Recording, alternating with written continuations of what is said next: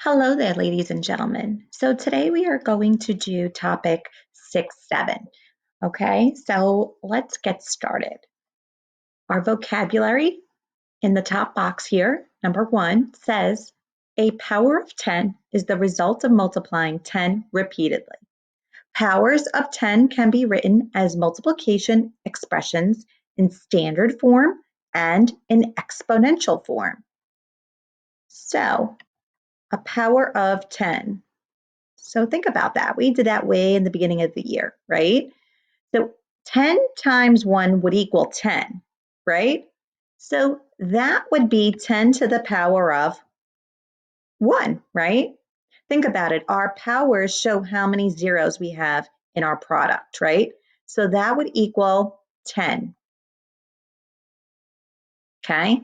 So now look at the next one, 10 times blank. So if we were going to multiply 10 two times, 10 times 10, we would get 10 to the power of what?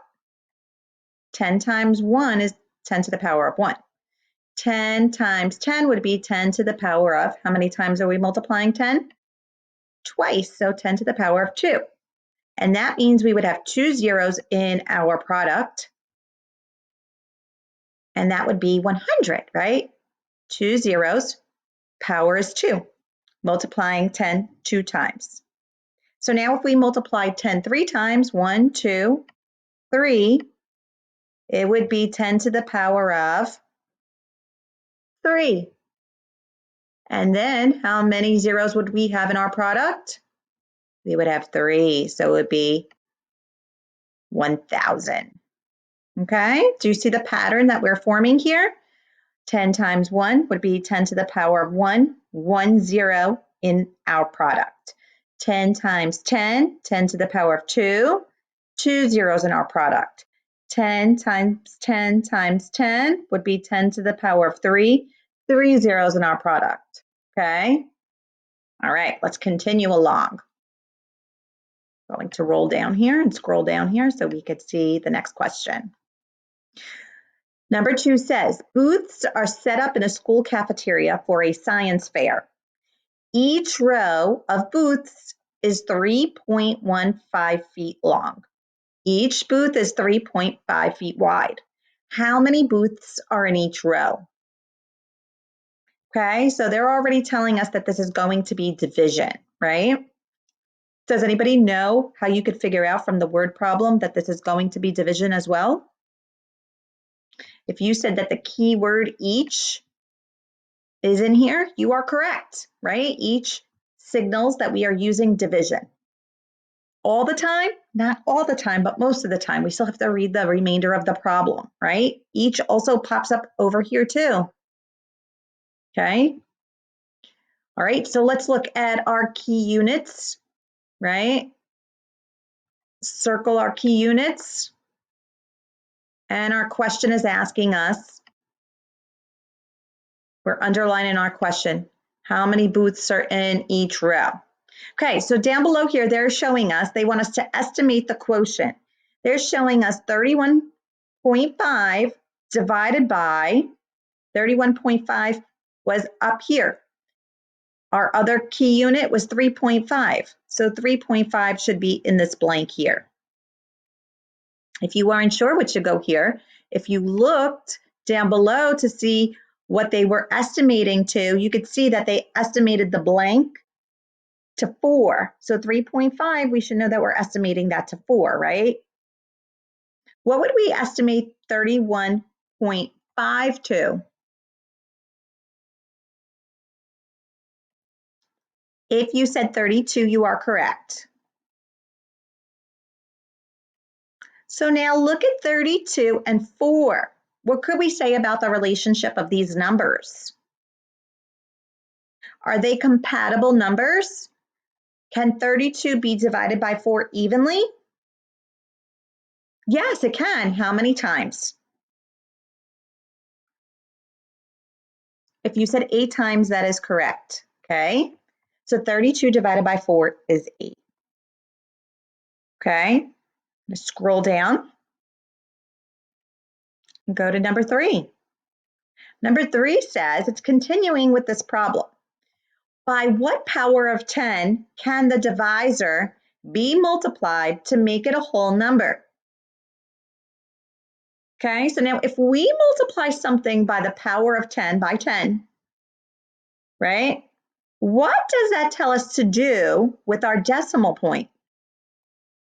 It tells us that we need to move the decimal point, right? So our divisor is 3.5, right?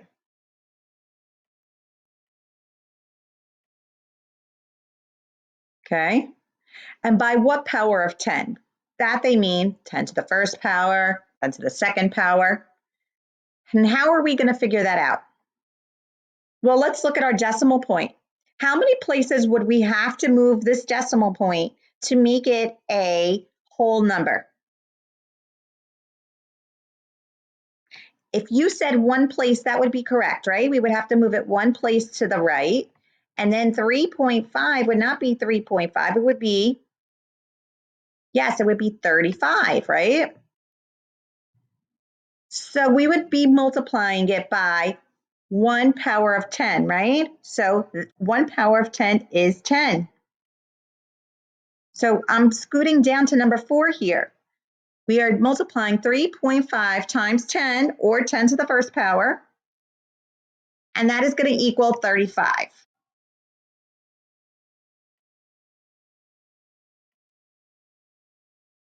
Okay, how about 31 point, sorry, getting tongue-tied here, 31.5 times what? What power of 10?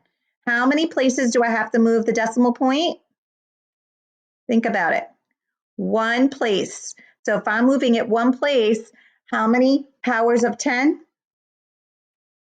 It would be 1 power of 10, right? So 31.5 times 10, or 10 to the first power.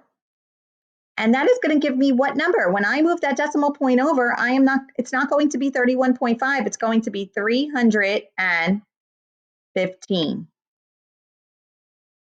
Okay, we doing okay with this so far? So just to recap, we're moving the decimal point one place to the right to make 3.5 and 31.5 a whole number. So since we're moving it one place, we are multiplying it by 1 power of 10, which is 10. Okay, let's continue. Question 5. Write an equivalent division problem for 31.5 divided by 3.5 using the products from exercise 4. And then we're going to divide. Okay, so if you look over here, we see that they already put the divisor in 35. So our dividend is going to be what now? 315, okay? 315.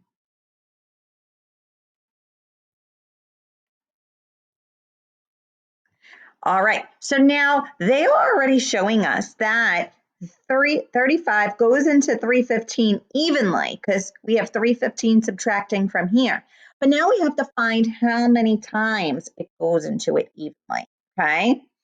So let's do some side multiplication here. What can we guess? Okay, 35 times what is going to give us 315? 35 times what?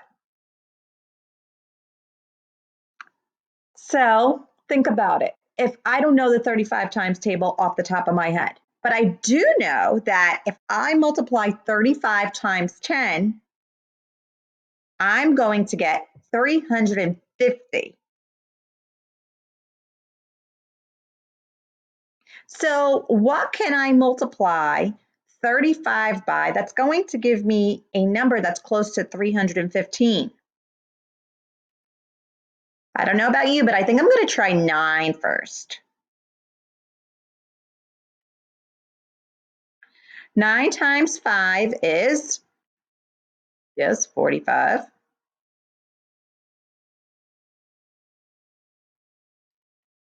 Okay, regroup my 4. 9 times 3 is 27, plus 4, 31. There we go. Bingo. We got 315. So in the quotient, I'm putting the number that I multiplied, 9 minus 315 is going to give us 0. So look at question number 6. There are how many booths in each row? There are 9 booths in each row. Okay, let's look at number 7 all together. Number 7 is going to give us another problem that they want us to solve. I'm telling you, math, they got all these problems, guys. All these problems. We're here to help them solve them. All right, so number 7 says, are you ready? Write the power of 10, the divisor should be multiplied by, to make it a whole number, and then write the equivalent problem. All right, so they want us to know, they want to know what power of 10 do we have to multiply these two decimals by to make them a whole number? So remember, how many places do we have to move the decimal point to make 95.76 a whole number? 1, 2. So if I am moving it 2 places, what do I have to multiply it by? What power of 10? 10 to what power? Think about how many decimal places you moved. If you said 2, that is correct, right? So it's 95.76 times, yes, you should be writing this, 10 to the second power, or what is 10 to the second power? 10 to the second power is what times what? 10 times 10, which is 100, correct. And then we just moved now the decimal point 2 places. So now my new number is a whole number, 9,576. I'm sorry about these numbers with this pen. And I don't have a decimal point, I'm putting a comma in there, okay? How about 7 and 9,800, 7.98, okay? What is that going to become? Do that on your own right now. 7.98. How many places do you have to move that decimal point? However many places you have to move it to make it become a whole number is the power that you are multiplying it by. So that's 10 to what power? How many places? Yes, 2. So 10 to the second power. That is going to give us what whole number now? 798. Excellent. Okay, and now I am not going to do this part. You need to rewrite the problem. Rewrite the problem as a division problem using these whole numbers. I can't wait to check your answers. Have a good day, guys.